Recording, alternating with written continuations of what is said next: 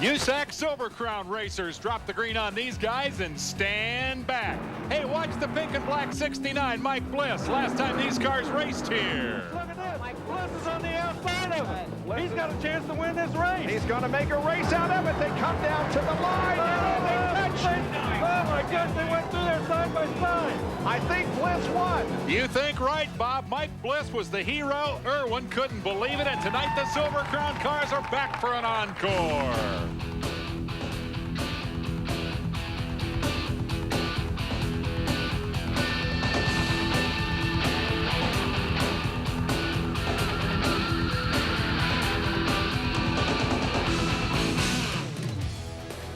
ESPN2 Thunder live at Indianapolis Raceway Park, where the USAC Silver Crown Series will kick off a triple header with the Dupont 100. Check out the Thunderheads. They are here en masse for Silver Crown cars tonight, back tomorrow night for trucks, and Friday night, the Busch Series stock cars. Hello, everybody. I'm Dave Despain. We welcome you to the telecast. The Silver Crown cars guaranteed to put on a terrific show here tonight. We are in Victory Lane, which is, of course, the objective of all of the activities. When one manages to make his way to Victory Lane, interesting things happen. Consider that the two guys we saw at the top of the show, Mike Bliss and Kenny Irwin Jr., have recently visited Victory Lane. Last night, midgets in South Dakota. Irwin wins the race. And looky here, he meets the leather-clad ladies. I believe that's Tootie and Fruity. Tootie on the left, Fruity on the right. They didn't embarrass him enough for the first kiss, so they said, well, let's go for one more. Kenny turning a pretty shade of pink. You like that? Consider the case of Mike Bliss. Now this needs a little setup. Jumping on top of your racer and dancing around, there's a great tradition of that. Consider Willie Ribbs. Remember when Willie won the Trans Am Championship, climbed out of the car, jumped on the roof, did the big dance, everybody cheers, he's a happy guy. Darrell Waltrip, Victory Lane at Daytona, kind of a lame, icky shuffle, but not bad for a guy with a history of broken legs. Then, last week, bump and grind Mike Bliss wins the truck race at Odessa. How about his style as he cuts a rug? Hey, who do you suppose we're going to welcome to the top of the telecast? Bring him on in. Mike Bliss over here, Kenny Irwin Jr. At the top of the show, you saw the spectacular finish they gave us the last time the Silver Crown cars raced here. We got to start with Bliss, of course, because he won that thing. First of all, congratulations on the truck deal. That was a nice shot in the arm and a great Victory Lane performance. Yeah, the truck ran really good. The AC for it was flawless through the whole race, but my dancing's not too good. I need to work on that a little bit. Well, maybe you get some more practice here tonight. Let's go back and take a look at that great finish from the last Silver Crown race here when Bliss made that amazing charge. That's you up at the back in the pink and the black, and at this point, did you think you were going to be able to pull off this pass? When the white flag came out, I wasn't sure I could catch him, but that was just a lot of luck. Kenny got held up in traffic. I got sideways, and there was an opening, and I just took it. And a lot of luck, and it was a lot of fun, though. And so they come bouncing across the finish line with Bliss winning it by about the width of the front tire. Can you do it again tonight? Well, we're starting a little bit back, but we're going to give it a good shot. But Kenny's strong. He remembers last time here. Let's talk to Kenny Irwin Jr. He doesn't want to talk about that finish. That's ancient history. He lost that race, but tonight, this cat's a fast qualifier. Congratulations. Yeah, Freddie, we put us on the pole tonight, and you know, as long as it's different than last time, it's not going to come down to the last lap where he gets by me. We're going to do a lot more than run second, I hope. We'll just see. Talk to me about the strategy in this race. You got that big 55-gallon drum of fuel following you around early in the race. It's a long race. What's the key to being there on the last lap? Actually, the brakes are a big deal here, and the tires. Leading the race, it'll make it a lot easier. You won't have to be too hard on the tires. Hopefully, the brakes won't be too bad.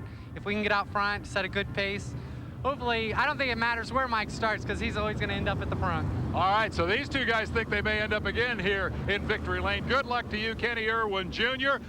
We'll be back here at the end of the show to see who's dancing tonight. Right now, it's time to go racing. The top 20 have qualified and are locked in. Everybody else has got to race their way into the main, and that's why you see those race cars on the racetrack right now. To call the action high above Indianapolis Raceway Park, we have Mr. Bob Jenkins, the anchor of Thunder on the Deuce, and the father of the most recent sprint car winner in the state of Indiana, ladies and gentlemen, Larry Rice. Well, when you get old, Larry, they always think of you as somebody's father. That's right. That's exactly right. Hi, everybody, and welcome on behalf of Larry and me to Indianapolis Raceway Park, where we got some excitement tonight. The format qualifying already taken place. The top 20 are locked into the feature. Kenny, as Dave told you, is at the top of that list.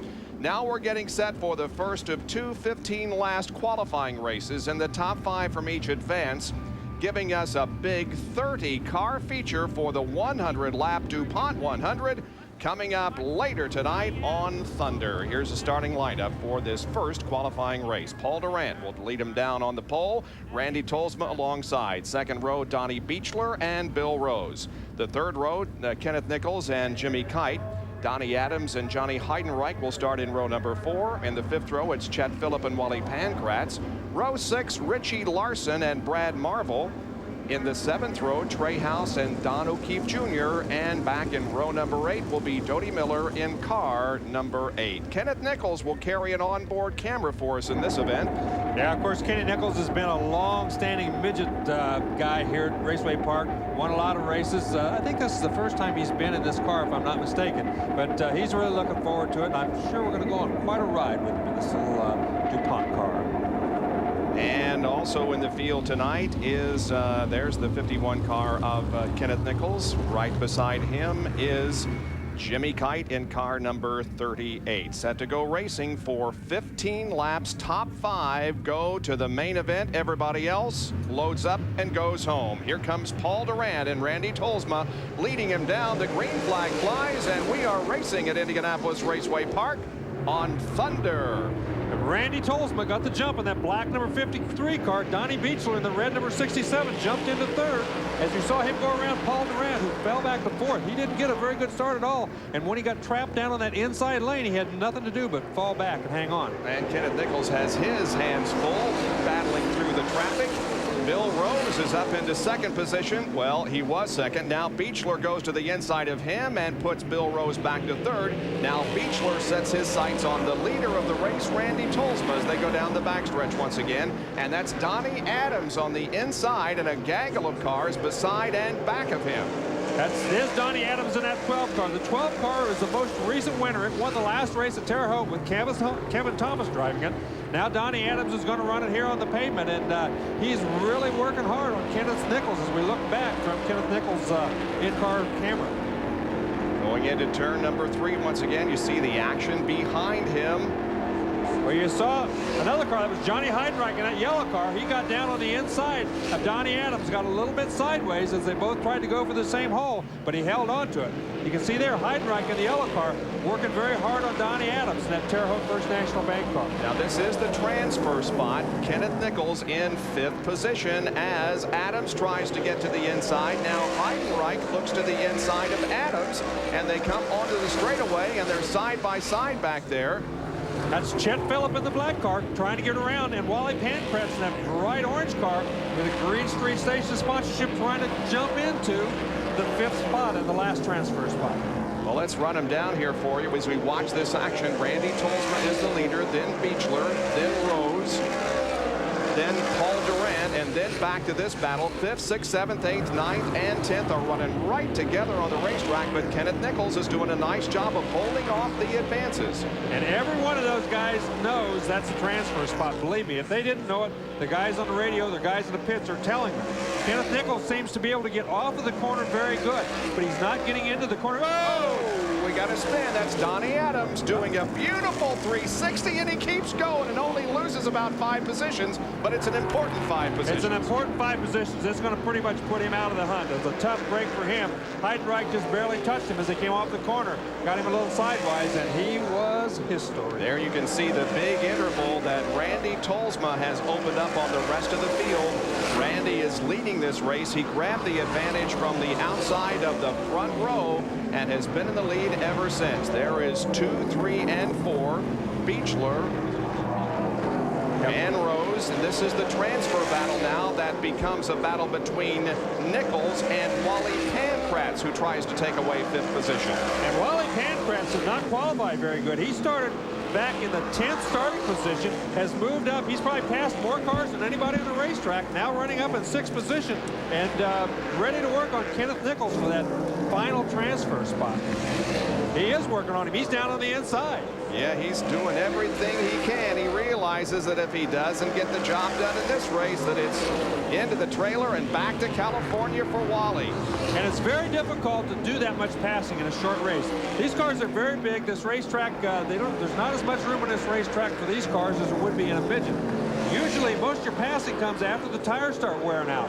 These guys don't have that time to wait. They've got to go for it right now because there's only 15 laps in this whole race. And there are 10 completed. We've got 5 more to go. And now Wally Pankratz has a challenge from the 37 car of Chet Phillip as Chet looks to the inside, but Pankratz holds him off for the moment. And it looks like that Kenneth Nichols now, Pankratz again begins to move in. You can see behind. Oh, Pankratz a little sideways in the corner. Yeah, Pankratz lost a little bit of ground there as he got a little bit sideways. He's sponsored partially by a group called Stress Relief Engineering and does all kinds of things with chassis and so forth out in California. But he's having a lot of trouble with his chassis right now as that baby looks like she's getting a little bit loose. Wally Pankratz with the sponsor Stress Management Engineering. We didn't mention that the last time these cars ran, and I told him I would this time. I hope that he's going to be able to get into the feature, but it doesn't look very good. Chet Phillip with a serious challenge. That's Jimmy Kite, number 38, that's also running in this group of 3. Jimmy Kite, a young man who came up here, did very well in the midgets, kind of disappeared. He went back down south and running sprint cars down there. He's looking very, very strong right now as he's going to get on the out. Oh, Pankratz kind of shut the door on him right there. This time around, the leader of the race, Randy Tolsma, will get the white flag. 1 lap to go, and it does come out. We continue to focus on the real battle of this race, and that is for the 6th position. And there he goes. Jimmy Kite is going to get around him, but it doesn't leave him very much time. He's got about 2 or 3 car lengths to make up to try to get around Kenneth Nichols. I doubt if he's got enough time to do that. He's going to have to settle for 6th spot. Yep, he sure is, and have to settle also for going home. So Randy Tolsma is about to win this first 15-lapper. Checkered flag has come out. That's 2nd, 3rd, and 4th. Paul Durant running 4th, Billy Rose in 3rd, and of course in 2nd position was Donnie Beechler in that red number 67 car. So the first 15-lapper is completed, and Randy Tolsma showed some real strength in that event. And although he didn't qualify particularly well, has run well here in this first qualifying race. So he makes it to the feature, and so do 4 others. We've got one more 15-lapper coming up before the big Dupont 100 for the United States Auto Club Silver Crown Division. We'll be right back.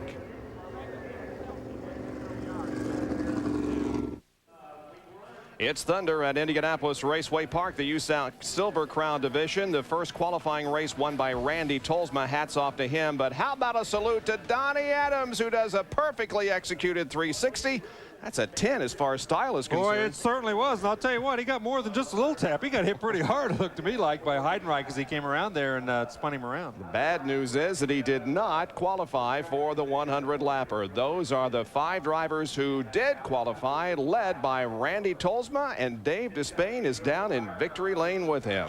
Tolsma didn't see that performance. Tolsma didn't know he had a half a lap on the field. For all you knew, they might have been right on top of you, and you drove accordingly, right? Yeah, exactly. We needed to get a good read on the car with a long green run and the nighttime conditions. You don't ever want to run a semi-main event, but in this instance, maybe it'll help us, and we'll get a little better read on the car for the main event. And you know, Claire Petty gave me the shot in his car, and Sanders Wheels, and just a lot of great people. And Print Express and IWX certainly helped me out. So, you know, this one's for them. We just got one more victory lane we need to get into, and then we'll be in good shape. We know that you know how to guide one of these things. You got a lot of experience in these cars, but you haven't been doing much of it this year. When you jump into a car like that in a new situation, how long does it take to get all the chemistry working and get everybody talking on the same wavelength and know you've got the potential to go out and win races? Well, really pretty good. Jim McQueen, who's the crew chief on the car, and I have really gelled well together. We missed in qualifying, which was somewhat of my call. We just opted too long to wait to scrub in a tire, and it kind of bit us. But we got a long ways to go, but you know, it varies. It just depends on the people, and there's a lot of good people involved with this race car, and I'm proud to represent them. Well, you sure made it look good in that qualifier. Good luck in the feature. Thank you. We'll need some luck. We know he's a good-looking guy, and I got two more as good-looking or better up in the booth. Let's get a chance to take a look at Bob Jenkins and Larry Rice, and maybe they can tell us who else might be tough tonight, guys. Well, that was quite a compliment. Thank you very much, David. All of Indianapolis is abuzz with the racing activity that's going on here in the next few days. Capped off, of course, by the Brickyard 400. We've got Silver Crown tonight, the trucks tomorrow night, and the Busch Grand National Series on Friday. Let's talk about who might be strong here tonight, Larry. Well, there's only been 3 different winners at this racetrack in the last 6 years. John Parsons, who won't be here tonight, his car's not done. Jim Keeker, who's driving a V8 for the 2nd time here at Raceway Park. He didn't qualify all that good. It's going to be tough for him. And, of course, Mike Bliss, who is always tough at this place. I think Kenny Irwin's going to be tough, too, though. He's been tough the last 2 or 3 years here. It's the 6th race of the season for the USAC Silver Crown cars. They race, of course, on the pavement and the dirt. Kenny Irwin Jr. is in the points lead. Jimmy Sills is 178 back, followed by Darlin, Bliss, and Gurney. Now, some of the others to keep an eye on here tonight. Dan Drynan is making his return to competition, coming back from the injuries he suffered, practicing for the Indianapolis 500. Dave Steele is the 4th fastest qualifier. How about the Foyt cars? Davey Hamilton, and yes, Tony Stewart is here tonight. And Tony Stewart wants to win, believe me. He wants to win every time he gets in a race car. But he won the championship last year and did not have a victory. Believe me, it hurts him. It's burning at him. He wants to win here tonight. And, of course, it's the first of 3 in a row. He'd like to start a trifecta with a win here tonight. You bet. He'll also do the trucks and the Busch Grand National race. Well, the top qualifiers tonight. Kenny Irwin Jr. is at the top of that list, but the record is intact. Jim Keeker, who set the record here in 95 of 119.143. Not even close to that tonight. Sills, Stewart, Steele, Hodges, and Dan Drynan are the top 6. Well, we have already had some major excitement here tonight before we came on the air. It involved a 77-year-old guy named Crocky Wright, who has been doing this stunt for years, and at this age, he's still at it. Hey, he was a great motorcycle rider before World War II, and he's still pretty darn good. He went right through that thing, didn't he? Unbelievable. It brought the crowd to its feet, and a salute to this guy who is just unbelievable. Oh, man. Crocky Wright's a great guy. He's been around racing a long, long time, and I know Dave knows him. He's a big motorcycle nut, right? That's right, yep. Well, you can see the cars lined up for the 2nd qualifying race of the evening. 1:15 lapper to go before we get to the 100-lap main event, the Dupont 100. Welcome to Thunder on this Wednesday night from Indianapolis Raceway Park.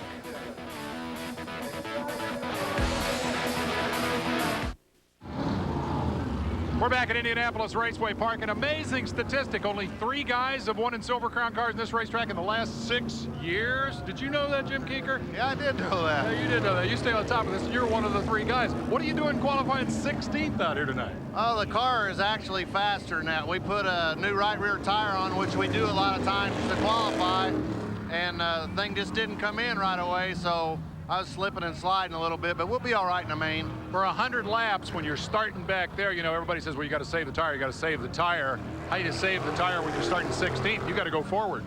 Well, you just drive the car as hard as you can drive it without slipping the tire, and hopefully that's going to be fast enough to get around those guys. Take it from a guy who's won a bunch of those races in these cars. Good luck tonight. Thanks a lot. Jimmy Keeker, let's go back topside for the 2nd of the qualifiers. There's the 25 car of Eric Gordon. This is the Nibel car, and it's driven by the 1990 USAC Silver Crown Series Rookie of the Year, Eric Gordon. Right, and that's a car, of course, that Tony Stewart won the championship with last year, except this year it has a V8. But don't let that bother you. Glenn Nibel never does anything like anybody else. He's got a carburetor on this baby. He had one on his sprint car last week. He put a carburetor. He said he'd been doing some stock car, building some stock car engines. He says, I think we can get a little more horsepower. So he put a carburetor on it. We'll see how she works. Keeker also won in that car, didn't he? Keeker won in that car. I mean, Glenn Nibel has been one of the most profound pavement car owners in the business for many years. He's won just about every major event, the Little 500, Phoenix and the Mile, with just about everything that he's ever run. And he's, you know, he has really been known around the business as one of the guys that really knows pavement racing. And believe me, I drove for him in the dirt. He's no slouch on the dirt either when it comes to building a race car. But it's a very good opportunity for Eric Gordon. He's not had such good rides here in the last last year or so anyway, and it's really a good opportunity for him, and I hope that he and Glenn do well together. All right, let's check the lineup for this second 15-lapper. Bentley Warren will start on the pole. Alongside is Brian Tyler. Tommy Nichols and Eric Gordon make up row number 2. The third row, Tony Elliott and Bill Bowie. Tice Carlson and Gary Heber start in row number 4. The fifth row is Michael Lang and Chip Thomas. Max Ebaugh and Mike Mosley Jr. comprise row number 6, and back in the back row, Jeff Beck in car 60 and Gus Wasson in number 18. Mike Mosley Jr. Boy, I remember seeing his dad drive many races, including at the Indianapolis 500 and just about any kind of open wheel car. Mike Mosley Sr. was a star in, and his son is hoping to follow in his footsteps. And ironically, they were driving for the same guy. This is A.J. Watson's car. That's the car that Mike drove for a lot when he ran sprint cars and at Indianapolis both, and was very successful in both of them. A.J., you know, he's not as young as he used to be, and he probably, the engine's not quite as strong as maybe they were 20 years ago, but I tell you what, this Mosley kid gets half a chance. He's going to be pretty decent. I also want to mention this Tommy Nichols in that second row. He's got a new sponsor with Hooters, a corporate sponsor with Hooters, which he's very proud of. Wow, you bet. All right, let's see how the second 15-lap qualifying race goes. Green flag comes out. Once again, the pole sitter drops back considerably at the start of the race, and it looks like the 5 car of Tyler is taken off. Yeah, they got a good start. The outside starting position is the preferred starting position. So Tyler and Gordon were the first 2 into the first corner. It's very hard. And look, that car running in third, which is really sideways. Doesn't look like he's getting very good. That's Tommy Nichols, and it looks like that thing's really loose down through the corner. And Tony Elliott is running in the 4th position there in the 61 car, and behind him would be the 78 car, Bill Bowie. That's Bill Bowie. Interestingly enough, the 78 car is built. Bill Bowie built that car himself down at the competition welding shop. So not very many times anymore do drivers build their own race cars, but in this case he did that. Remember the top 5 transfer right now. Bowie in 78 is in the 5th spot. Right ahead of him is Tony Elliott, the white number 61. Tice Carlson is in 6th right now, and outside trying to get in. Yeah, he's going to have to step it up just a little bit, because the first 4 or 5 guys have pulled away. It seems like they're in groups of 2 as they pulled away. There's Elliott, there's Bowie running 4th and 5th right now. Bowie hanging on to his coattails, trying to see if there's a way he can just get 1 more position, just that little bit of cushion, so he knows he's going to make the race. 2 and 3 are running together. 4 and 5 are running together. Same can't be said for the leader of this race. There is Brian Tyler entering turn number 1, and you can see the advantage he has over this second place battle. Eric Gordon doing a good job in that yellow number 25 car, Glenn Idle, the Bose Chevrolet car, and right behind him is young Tommy Nichols. Tommy Nichols, a kid, was a WKA karting champion back in the late 80s, moved on up into the bigger cars and doing a nice job running third. Comes from Tampa, Florida, which is Dave Steele country. Exactly. A lot of these, see, down in that part of the country, one of only 2 or 3 areas in the country that runs non-wing sprint cars. It gives them good experience. And here comes Mike Mosley. And he's got a flat right rear tire, it looks like, Larry. Yeah, he's going to end his chances, it looks like. That is too bad. He pulls down on the apron of the racetrack. No yellow yet. The car is on the racing surface, and also Tice Carlson is out of the race. He's behind the wall, and there is Mike Mosley's car that is stopped, and the yellow flag now comes out, and there's the flat right rear. Yeah. Well, Mike did, unfortunately for him, he lost a lap. If he'd have stopped that car right away, if he'd been in a position to stop it where they could have changed the tire, he might have got back out without that, but he's going to have to lose the lap and be out of here now. 6 laps have been completed out of 15 in our second qualifying race. The caution is out because of Mike Mosley's junior stalled car here on the main straightaway. We'll be right back.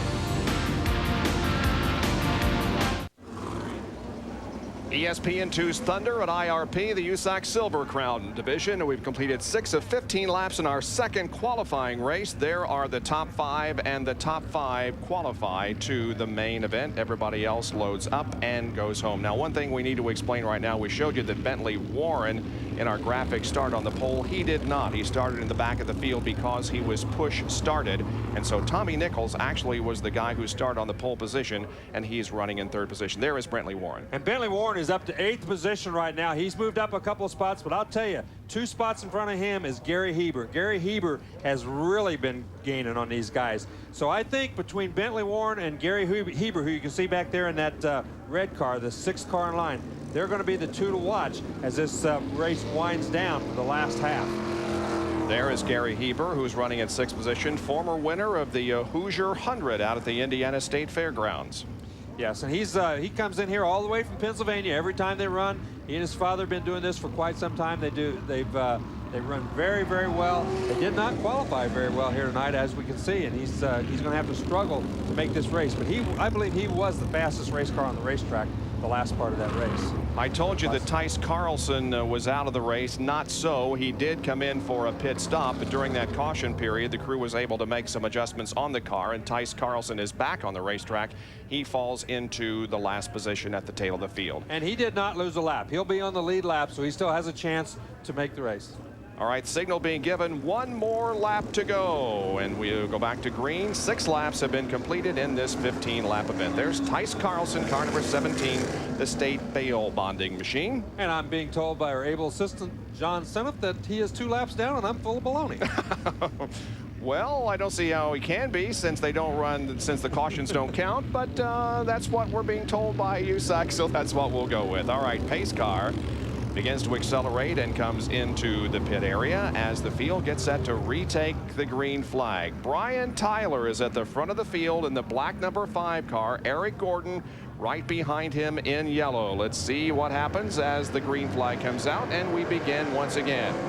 That black number 5 car is the car owned by Jack Steck. You remember him? He's the guy that these guys over in the East Coast, Winco, Charlie Stapleton, some of these guys got together, bought the car and gave it to Jack Steck. Jack Steck, his car died. Vinny Leva, he didn't have anything to run, so they just bought the car, gave it to him, said go race it. He's been doing it ever since, and obviously doing a pretty good job. Yeah, at the end of 1 lap, he stretched it out a little bit on the field, but Gary Heber is definitely the guy to watch. There he is in number 66, and he's putting all kind of heat on Bowie, but look at Bentley Warren, who's also putting heat on Heber. Well, I'll tell you what, Bentley Warren, we knew he was going to be a Charger, starting back there in the back.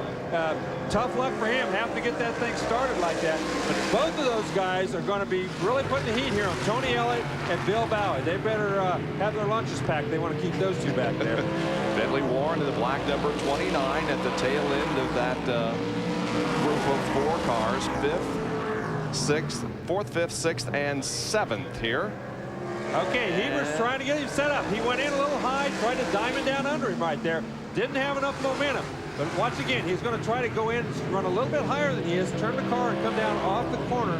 Can't quite do it though. Bowie's just running pretty darn good. He just can't get enough speed to get around. Yeah, Bowie is running well. He got the car a little bit sideways last time coming off the 4th corner, allowing Heber to look to the inside, but he could not make the pass this time. Drives the car straight off the corner, and there are 5 more laps to go. You can see Bentley Warren back there. He's smoking that right rear tire in that black number 29 because he's trying to get her down to the bottom of the racetrack. It just won't stick down.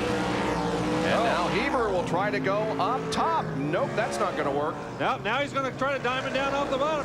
No place to go. Just the racetrack just isn't wide enough. He does. Oh, he gets real sideways there. Boy, he was completely sideways, and Bentley Warren saw that and said, maybe I can make the pass, but no, he did not. I got to say that Boston Louis Seymour, the owner of Bentley Warren's car, he hasn't been feeling real well. We want to say hi to him. We know he's out here in Indiana. I'm not sure whether he's here at the racetrack tonight, but we want to say hi to him. Hope he's feeling better. There are 3 more laps to go, and they remain in the same order up front. It is Brian Tyler, Eric Gordon, and Tommy Nichols running in the first 3, and then we get back to 4th place Tony Elliott, 5th place Bill Bowie, Gary Heber, and Bentley Warren. And boy, I tell you, Heber is just trying everything he can, but... Oh, no, Tommy Nichols has tough luck. He blows an engine. He has to pull down to the inside. Meantime, Gary Heber is the big loser, and Bentley Warren is the big winner. He goes all the way from 6th up to 5th in this thing, almost gained another spot. Heber's on the inside. Oh, the yellow flag is out. That's going to be a tough break for Bentley Warren because I think that'll put him back a spot.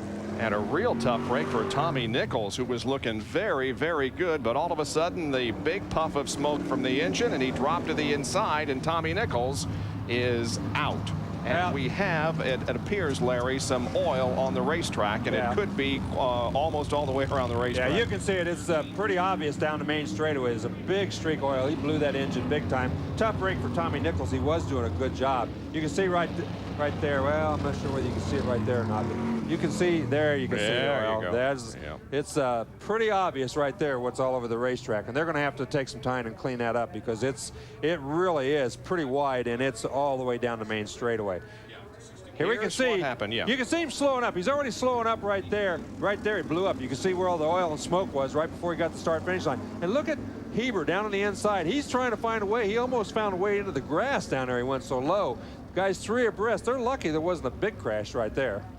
And from another angle here, we can see it better as right at just before he hit the line, the engine let go. He tried to signal to the drivers behind him and did so successfully, but it still put a lot of oil on the racetrack. And Tony Elliott almost got in the fence there, but look at these guys. They're still racing each other. They don't know that the yellow flag's going to come out. They're all trying to gain positions, and Bentley Warren's way up there in a position to gain 3 spots in one fell swoop. He just didn't quite get it done. Well, the track crew is quickly on the scene, and they're putting down the oil dry, trying to get the moisture up off the racetrack. 13 laps have been completed, just 2 to go in this second qualifier. We've got to first clean up the oil on the racetrack. We'll take another break and be back in just a moment.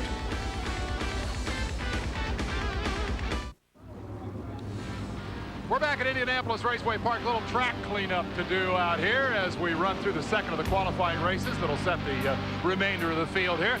I kind of came wandering back here into the pit area, and look who I found. Check out this triumvirate, if you will. We got George Snyder, we got A.J. Foyt, we got Tony Stewart. You ought to be able to get some advice out of this bunch, I would think. I get a lot of talking, but I'm not getting any working done. If you look over here, we got these 2 guys leaning on the car. We can't get it to work on it tonight. It must be right then if they're leaning on it, right? I'll hope so. If it's not, I know who to go to about it. All right. Well, you know who they'll yell at if you don't win the thing, though. Let's talk to A.J. What have you been doing over there at the Brickyard? You going fast enough to make a show? Well, I think so. You know, we run a little over 71, and actually we're changing the motor we tested with all week, and I just got to hoof it up about another half second to be in safe, so maybe we can get the job done tomorrow. You reckon this Stewart kid will ever amount to anything? If you don't get tired and fall out of the seat like you did on Terre Haute on us. I thought Terre Haute might come up before we finish with these guys. How about George Snyder? You're not retired from Silver Crown cars. Let's make that official. You got plans to do some more of this racing, don't you? That's not official. We're going to run all the mile dirts, and we'll run the mile at Phoenix, too. Okay, man, we'll be looking forward to it. A pleasure to share the company of these 3 gentlemen, but they're telling me we're going green. Let's get back up top. We'll show you a little bit later in the show who was fast out of the Brickyard today in preparation of the Brickyard 400 and how AJ fell into that group. But right now we've got some racing to do, and the green flag comes out for the final 2 laps of this 15-lap qualifying race. And the oil dry is just about all over the racetrack. And Bentley Warren in the 29 car is the odd man out. He's the guy that has to gain a position to make the feature. And believe me, he knows it, and he's going to give it everything he's got these last 2 laps. Unfortunately, 2 laps is not much time, especially when Gary Heber knows he's got to protect that position. That's what he's doing, although it looks like he might be trying to make a pass. Yeah, Heber sets his sights on Bill Bowie, who's running in 4 spot, but now Bentley Warren tries to get to the inside, can't do it again. Watch for the transfer spot. Bentley goes for it into turn 3 and cannot make it, cannot hold on to the car, slides a little high. Here's the checkered flag, and Gary Heber makes the show, and Bentley Warren does not. Tough break for Bentley Warren. He gave it everything he had, as we see Brian Tyler going around there. A nice victory for him. He was so far out front, we never got to see much of him, but tough break for Bentley Warren, because he gave her the old college try on that last corner. Almost slid into Gary Heber, but both those guys did a nice job. You see those flames coming out there? Nothing to worry about, just a little rich, guys. Just raw fuel burning out of the exhaust pipe, that's all. And Brian Tyler has easily found his way to victory lane, and Dave Despain will be back to talk with him, the winner of our second qualifying race. That will happen in just a moment. Coming up, the Dupont 100 for the United States Auto Club Silver Crown cars.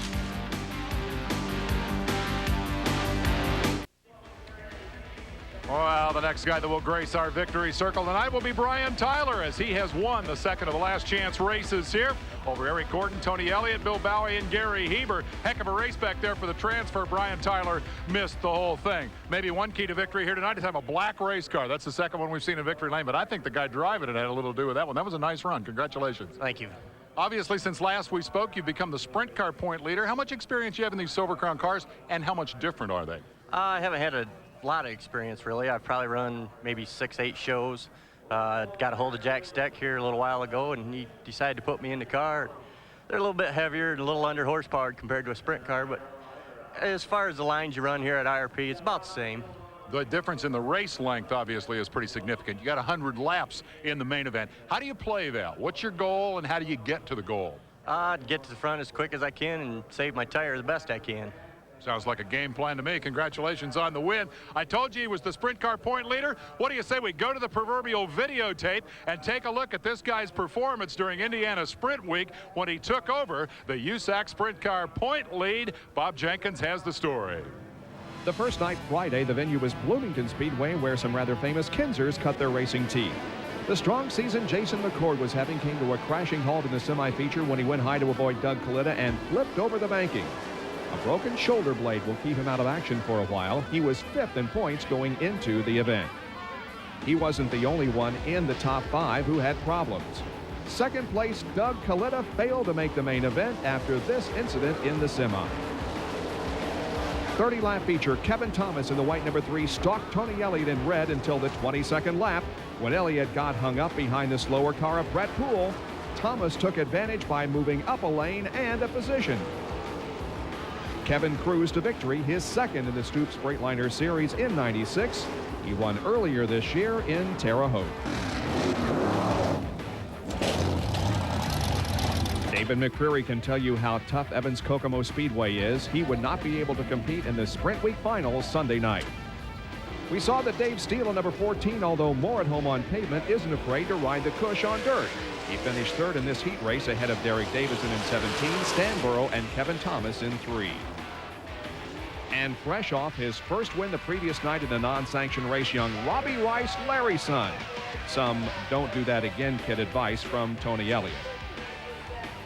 The main event was being led by Brad Marvel as Thomas tried to pass. Behind them, Tony Jarrett got into trouble, and Brian Hayden and Rice were also involved. Robbie got his bell rung but was okay. Sometimes the high road at Kokomo is best, but not on this particular night. Marvel led the entire distance, but the 3-night series champion was Kevin Thomas. Oh, by the way, Brad Marvel is the son of USAC's Bill Marvel. Nice going there, son. The series sure changed the point standings. Brian Tyler now 80 better than Kalita. Steele moved up 1 position. Hayden dropped 1, and Gus Wasson replaced McCord in the top 5. And we will be at Eldora Speedway near Rossburg, Ohio, a week from tonight for the next Stoops Freightliner Sprint Car Series event, live at 9:30 here on the Deuce. I can't wait for that. That's a high bank half-mile dirt racetrack, Rossburg, Eldora Speedway. We might mention that the second race of that series was in Paragon, Indiana. We didn't have any video, but John Stanbro won his second USAC race of the year. Tony Jarrett was in 2nd position. Derek Davidson, Kevin Thomas, and Elliott finished in the top 5. So that's the way it went as far as the sprint cars are concerned last weekend. And happy good-looking birthday. sun, good-looking sun there, Larry. Pardon me. Yeah, a lot better looking as old man. He did a pretty good job driving, too. So let's take a look at how things went out at the Indianapolis Motor Speedway today. Of course, tomorrow is the Busch Pole qualifying. We'll be on the air with ESPN2 and ESPN in covering that qualifying activity. Mark Martin was the fastest at 174.9, speeds considerably higher than the track record because of one thing, the new pavement out there. It's going to be interesting to see just exactly how much they increase tomorrow over what they did today. So there are your top 5, and the second 5. We might tell you that A.J. Foyt, with whom we talked just a few minutes ago, was 38th quickest of the 49 cars, I believe, that took time today. yes, he was, and he he was very confident. He ran 171 miles an hour. You heard him say that he had an older engine in it. I just want to say hi, Paige Jones, and good luck to you out there. Happy birthday. We saw the sign there a while ago while we're thinking about it, so all the guys out here. But, yeah, he did a good job. The thing that amazed me about the Brickyard, boy, there's not very many Chevrolets in the top 10. That's for sure. There were 48 cars that got out on the track today for practice, and AJ was the 39th of the 48. Well, I told you about what we're going to do tomorrow. Let's show you specifically where you can find our coverage. It all begins at 2 o'clock Eastern Time tomorrow, and it will be on ESPN2 the first hour, and then our coverage continues immediately at 3 o'clock on ESPN Classic. So both networks involved in Busch Pole qualifying tomorrow at the Indianapolis Motor Speedway. I think it was full 2 nights ago, but it's almost full tonight. The moon over the backstretch here at Indianapolis Raceway Park. Welcome back to Thunder here on the Deuce as we present the Dupont 100 for the United States Auto Club Silver Crown cars. Well, the late 80s and early 90s saw a lot of young drivers begin to move up their career ladders. Some moved quickly, others did not. One, however, remains hopeful that the best years are still ahead. 1989, 90. 91. All 3 years, Eric Gordon came close to winning the USAC Sprint title. He was runner-up all 3 years and also finished second in the Silver Crown standings in 90. He had come from a group which had produced for race fans some household names. Mike Groff, Robbie Groff, Jimmy Vassar, Robbie Stanley, Stevie Reeves, Jeff Gordon. I mean, there was a whole bunch of us that ran around the country ever since we were 5, 6 years old running quarter midgets, and it's kind of odd to turn on the TV and see Jimmy Vassar leading the kart points, and Jeff doing as well as he's doing. It's just really weird. Both Eric and Jeff started racing in USAC with regularity in 1989. Although Jeff won the midget title the following year, there was still a question as to which one of the Gordons would be more successful. Jeff had a plan and executed that plan. And you can't knock a guy for that. I mean, he did what he set out to do, plain and simple. Eric's career course was not as well defined. It seemed everywhere he turned, someone else had a better suggestion. There was a lot of people when I was doing really well that were wanting to be my friend. And they were telling me, you got to go run a Busch car. You got to run an Indy Lights car. You got to run a Toyota Atlantic car. You got to go run the 12 hours of this or the 24. You got to. And they're just constantly pushing on you. And you get to the point to where you're working on the car less and less, and you're getting burned out on people jerking you around, and you're getting fed up with it. Then came a possible break. A 5-time Busch Grand National champion asked him to drive his car in the Kroger 200 here at IRP in 1993. I ran for Jack Ingram, who was a very knowledgeable man, very easy to work with, and we were fairly quick for having absolutely 0 laps. And then we went to Daytona the following February to put together a 10-race deal, and it literally fell apart at the racetrack. So it was back to the sprint ranks. There, he would race against a fellow competitor who was more like a brother. Eric and Robbie Stanley were born within hours of each other. It was tough when he had to say goodbye to his friend on that Thursday night in May of '94 at Winchester. He was a raw driver. He was a sprint car driver. He wanted to be a stock car driver. He wanted to be an Indy car driver. I hate to say it, but boy, was going to be a sprint car driver. Went to the funeral and the whole bit, and it really didn't bother me until 1 year later. Then it really dawned on me. You know, I realized that it's going to happen. It's going to happen to everybody eventually. He was doing what he wanted to do, and he was good at it. And Eric's still doing what he wants to do. Though the way hasn't been as rapid or easy, the desire is still there. And the big break may just have happened. A ride in the defending series champion, Nigel Bowles' car. You really need a team of guys, not only that you can believe in, but that believe in you. And I mean, we're taking this on a race-per-race basis, but still, this is an established team. I think there's tons of drivers that can step in and do a good job. I mean, he's been doing this a long time. The cars pretty much drive themselves. I'm just the lucky fool that gets to sit behind the wheel. Well, I wouldn't go so far as to say he's the fool. A lot of talent in that young man, and he's trying to make a comeback, so to speak, here tonight in the Nibel car, and we wish him the best. Yeah, and it certainly is amazing how, you know, luck is a big part of this sport. And you know, you see guys that were equal when they ran the shorter cars. And you can see right there. Yeah, there's an example of bad luck. Bad That's luck. Jason McCord with his arm in a sling. That from the incident you saw just a few minutes ago down at Bloomington the other night. But you see guys that run just about the same in one type of car. As their careers advance, one goes one way and one goes the other. I know a guy like that. How about me and Rick Mears? Our careers were pretty parallel, weren't they? You were co-rookies of the year at the Indianapolis Motor Speedway in the same year, and he went on to win a few 500s, didn't he? Kind of like Eric Gordon and Jeff Gordon. Yeah, well, there's a successful person, to say the very, very least, and it's nice to see a former Thunderhead who grew up here in Indiana and cut his teeth here in the Indiana bull rings and paved tracks, making it well. 91 Silver Crown champion with 2 series wins in 91. He was the 90 midget champion, the 89 National Midget Rookie of the Year, and has 5 Sprint Car Series wins to his name. But what he has accomplished since he has left the United States Auto Club is even more impressive. We had a statistic today showing that he has won already this year, with the season just a little more than half over, more than $1.5 million in NASCAR Winston Cup competition, but all well deserved. Well, Dave, that's about your salary, isn't it? Well, just not quite. And there's Pancho Carter, who sure knew how to drive a open wheel car, didn't he? Won a lot of races this racetrack, I'll tell you that.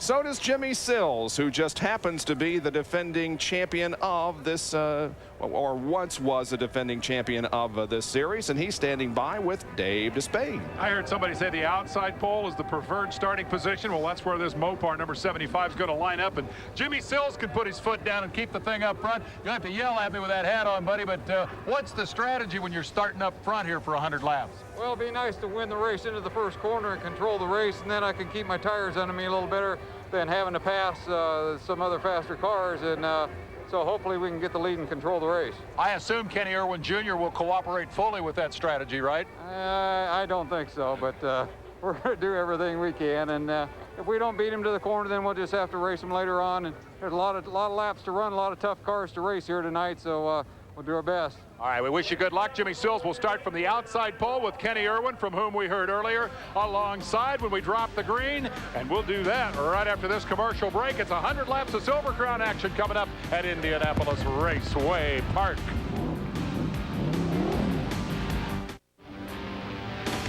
It's just about race time at IRP, the Dupont 100 for the USAC Silver Crown cars. It's ESPN2's Thunder. Well, we brought you up to date on what's been happening in the sprint cars. Now let's check the midgets. They're headed to Belleville. Along the way, they made a few stops, 2 nights in Lincoln, Nebraska, and last night they were in Sioux Falls, South Dakota, the first time since '77. In the first heat, Jeff Sands leads over Scott Hansen. How's the traction up top? Insufficient. Sands spins. The unfortunate Gary Howard not only finds himself with nowhere to go, but winds up on his head. In the feature, Carl Olson and Dave Strickland Jr. lead the field to turn 3. Everybody hugging the bottom now, but behind them, David Bridges and hard luck Steve Barth run out of room to race. Now watch Kenny Irwin Jr. on the outside. Fast qualifier, taking the lead from Olson and liking the top. Meanwhile, number 11, Kevin Doty, threaded the needle here, tiptoed through traffic the whole way, and came from 8th to finish 2nd. But nobody could deal with Irwin, whose win on dirt padded his point lead and provided the opportunity to meet these 2 leather-clad lasses. Appropriate blushes clearly visible to those of you watching on those newfangled color television sets. Oh, wait, Kenny's not embarrassed enough. Yeah, they're going to do it again. On the national midget scene, Irwin leads now from Tracy Hines by 74 points. There's the rest of the top 5. Let's take a quick look out west, where the Western States midget points show Jay Drake taking the advantage away from Billy Boat by a narrow 9 points. And East will meet West at the Belleville Nationals starting tomorrow, continuing through Saturday in Kansas. First time the Belleville Nationals have run with USAC sanction. Should be good. And it's the 19th annual Belleville Nationals. Kenny Irwin, who is on the pole here for this event, will be going out there along with many of the others. After that, they go to Lakeside Speedway, Kansas City on the 9th, and I-70 Speedway in Odessa on the 10th, and then head back here to more close home territory. Now the cars are on the racetrack and they're getting lined up. We're going to take a quick break. When we come back, we'll be ready for the start of the DuPont 100 on ESPN2's Thunder Series. Stay with us. A lot of exciting racing action coming up.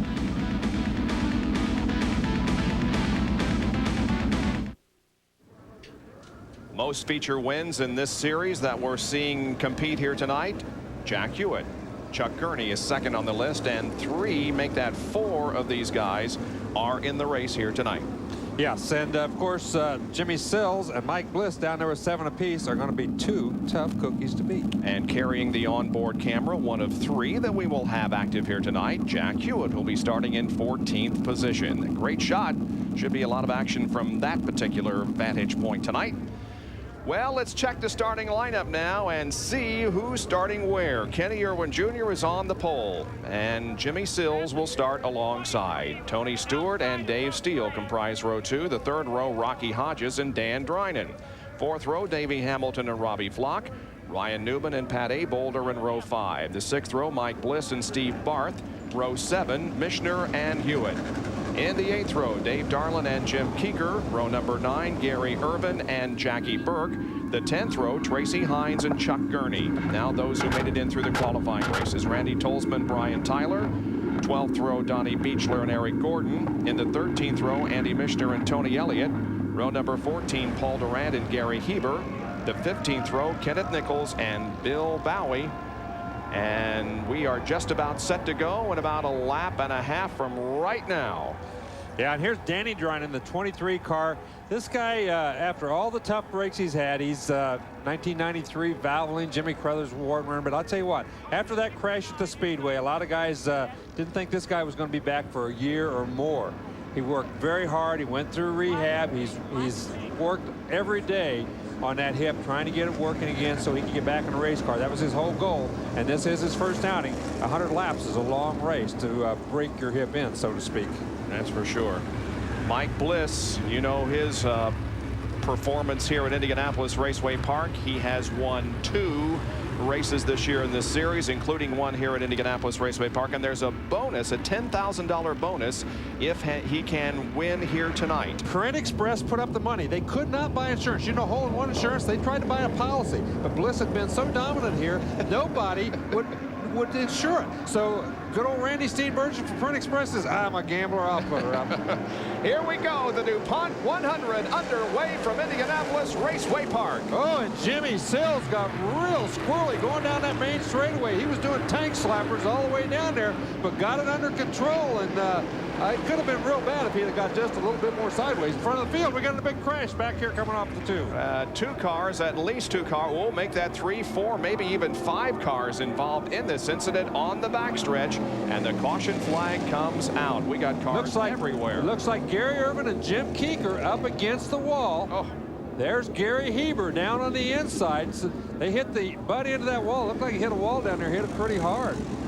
That's Gary Heber in the 66 car. He's out of the car. I don't know who they're attending to. Can you see the number on that car? No, I can't. I think that might be Bill Rose. Yeah, I think it looks like Bill Rose's car, the 27 car. I think he is the one that perhaps took the most serious shot. There is Gary Irvin on the outside of the track, and you're right, it is Jim Keeker. And so one of the guys that we talked about early about how he has been one of 3 drivers who have won every race here in the last 6 years.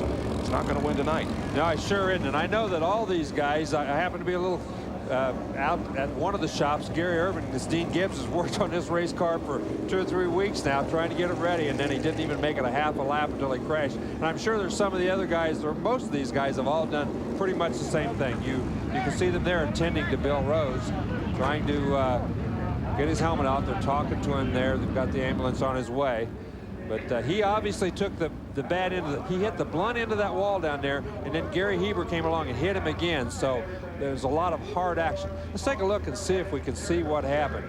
Back in the middle of the pack, looked like somebody got turned sideways. You can see the sparks flying, and he heads up the racetrack. That's Gary Irwin sliding up the racetrack. He collects Jim Keeker, car backwards, and you can see down here, oh yeah, he hit that cement wall. That's what really hurt him. He hit that cement wall down there. He hit it very, very hard. And the red flag is coming out. The race is being stopped to clean up the debris and to get everything back in racing condition.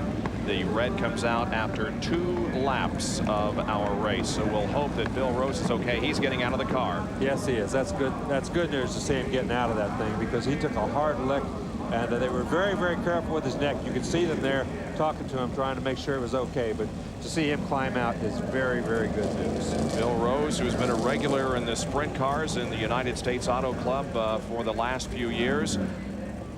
And he's really had a lot better luck in the last few weeks. He'd had a tough first part of the season. He'd won a couple of races here recently. Let's go down to Dave Despain.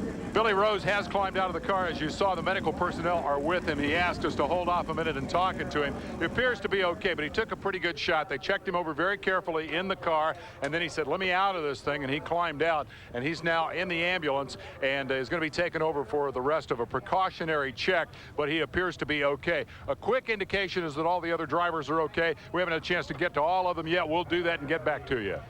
Bill Rose was a 1993 Sprint Car Most Improved Driver as far as this year. His best finish in the Silver Crown division was 17th out at the Indiana State Fairgrounds during the month of May. We'll take a break under this red flag here at Indianapolis Raceway Park.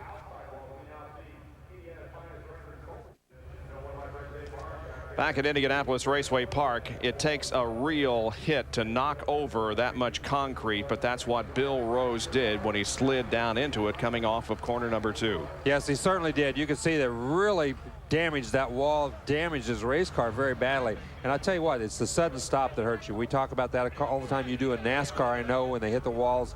That's what really hurts, and that's what jarred him so badly. Luckily, with all the protection, the neck collars, the shoulder harness and so forth, he was able to climb out of the car, and I'm sure he'll be plenty sore little boy tomorrow, though. Well, we have another angle for replay, and we can see the impact with even... You see Irvin up there. He's backed into the wall already. Now down on the bottom, watch this. Man, he hit that thing. That baby, that looks like one of those dummy tests you see on TV where the dummies run into the wall and they test to see how far out of the car they flow. I mean, that's what that baby looks like. Man, he hits that wall. He hit it absolutely head on, didn't he? Yes, he certainly did. And then along came Gary Heber and gave him a bump in the back end of the car. Yeah, see, they were down there in the dirt. They just couldn't do anything. And that's no temporary wall either. That's a solid that's a solid wall. That was a permanent wall. It was a new wall they just put in this year. Man. And he hit that baby a ton. They're going to have to put her in again. Yeah, he's a very, very lucky man. Dave?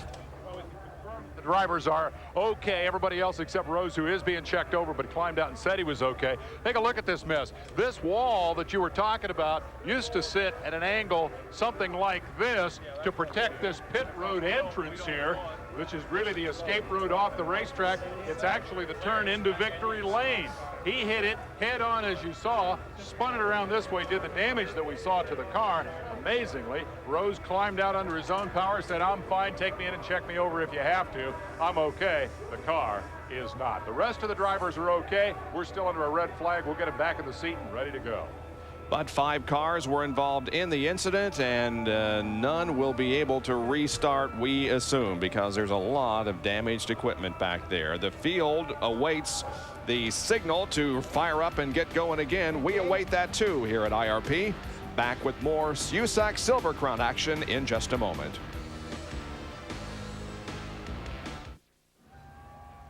We're back live at Indianapolis Raceway Park. A big wreck and a red flag. The Thunderheads await the restart of this race, and they're going to be jammed in here the next 2 nights for trucks and Busch Grand National cars. Let's get up to date on what's been happening on those fronts coming into the IRP weekend. Number 2, Mike Bliss will tell you I-70 Speedway, Odessa, Missouri is one of those slippery joints where saving tires is the key to victory.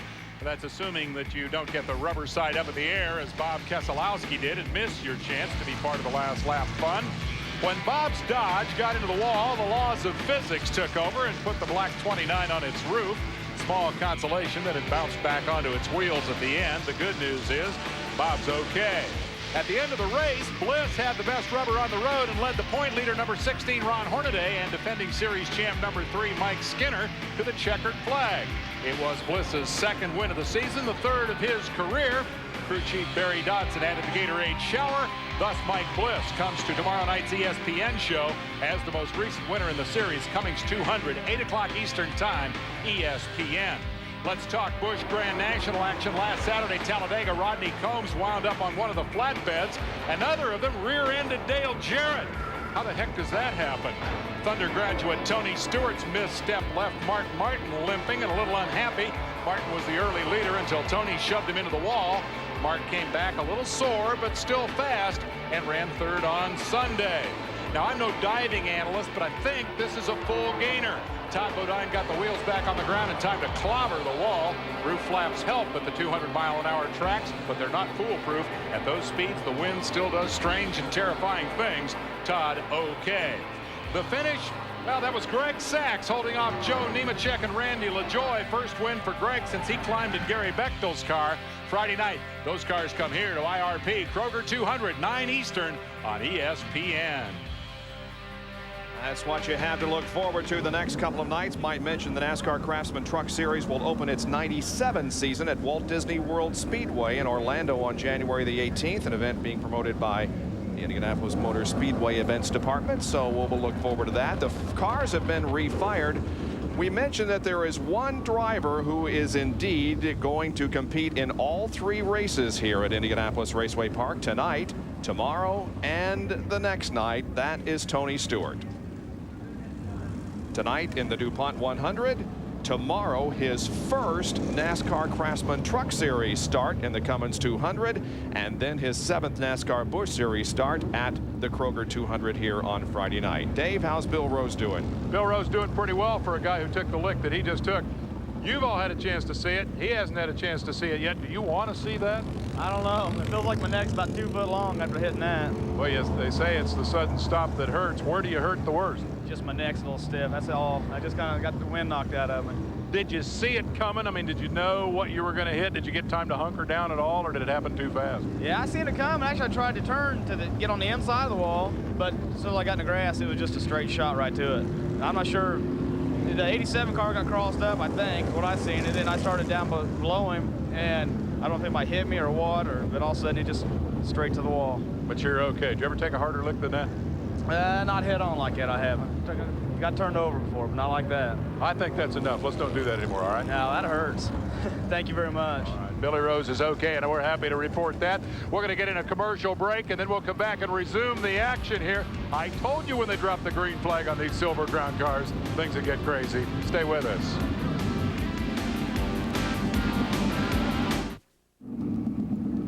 Just about to get back into action here with 2 laps completed. Kenny Irwin Jr. the leader over Jimmy Sills, Tony Stewart, Dave Steele, and Rocky Hodges. Good news for Jackie Burke, one of the 5 cars involved in the incident over their backstretch. He will be able to restart, but Irvin, Keeker, Rose, and Heber will not. Now, it's a tough break for those guys that, like I said, everybody works so hard. There's only about 10 races a year for these Silver Crown cars. They work so hard, and a guy, case like Gary Irvin, he only runs the pavement, so there's only 4 races for him, and Jim Keeker as well. So those 2 guys had 1/4 of their season knocked out on the first lap.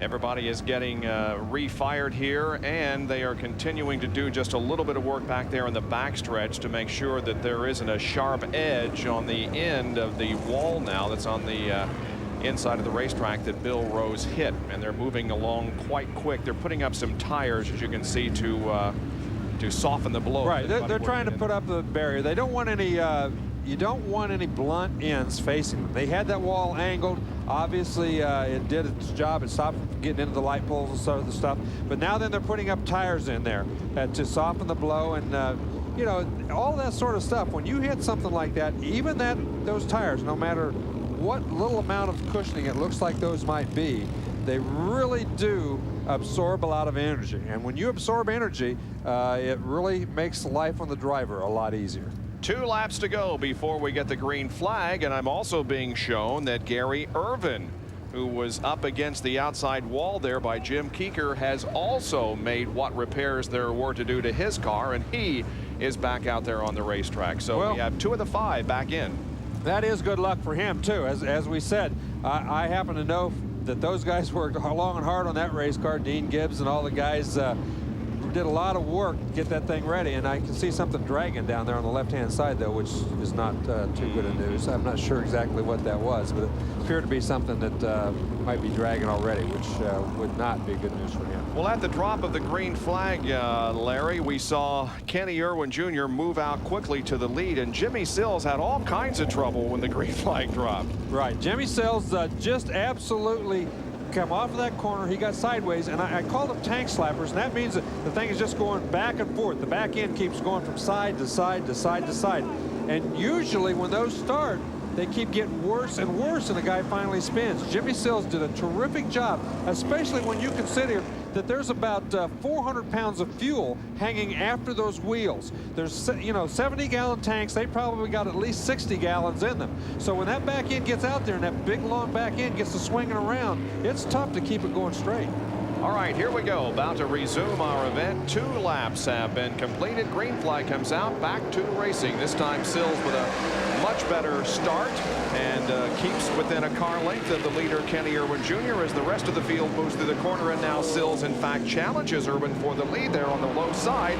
However, could not make the pass, and now he is indeed being passed by Tony Stewart. Yes, and when you move down and leave a lane open like that to a guy like Tony Stewart, you're asking to get passed, and that's exactly what happened. And not only did he get passed by Stewart, but he also left the gate open for David Steele. David Steele took advantage of it and won around too. So that move to the bottom, it was a good move. It was a smart thing to do. As you heard him say earlier, he wanted to get out front so he could save his tires. Well, he didn't make it, and it cost him 2 spots. So Dave Steele moves into the 3rd position as Jimmy Sills runs 4th, and Rocky Hodges is in 5th position as the tread cam is hard at work and the field passes over after the completion of 4 of the laps.